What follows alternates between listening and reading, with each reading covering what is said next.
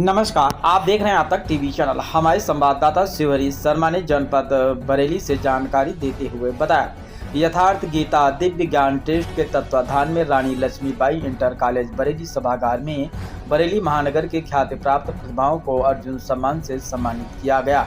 अर्जुन सम्मान गीता ट्रस्ट के महापौर के पिता के गौतम और उनके पुत्र पार्थ गौतम के द्वारा सम्मानित कराया गया।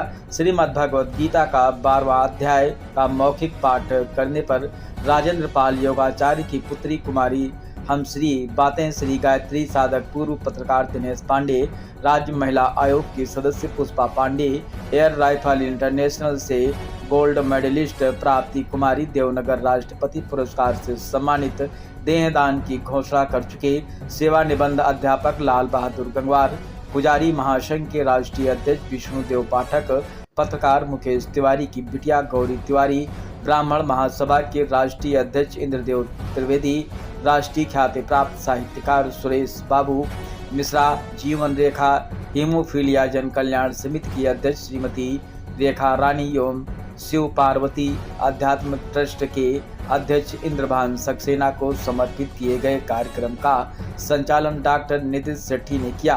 ट्रस्ट के अध्यक्ष पंडित हरिओम गौतम के कार्यक्रम में सम्मिलित लोगों का आभार भी व्यक्त किया गया।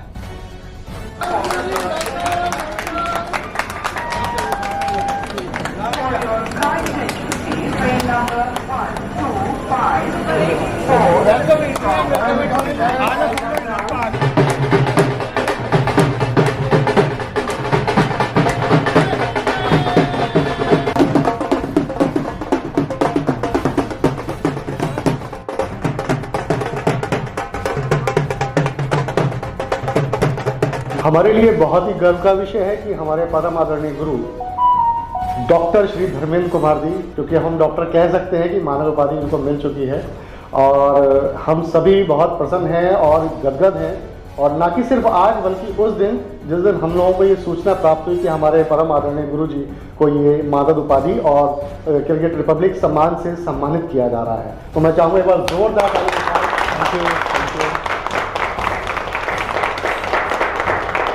अंतर्राष्ट्रीय सम्मान के साथ आज उनकी वापसी हुई है और आइए उन्हीं का मुखारबिन से जानते हैं कैसी रही उनकी यात्रा और कैसा रहा उनका अनुभव। यूँ तो ज़िंदगी में बहुत सारी चीज़ें याद रखने के लिए होती हैं, बट मैं कहूँगा कि ये जो मेरे 10 दिन गए हैं ये बहुत मेमोरेबल हैं, बहुत यादगार हैं।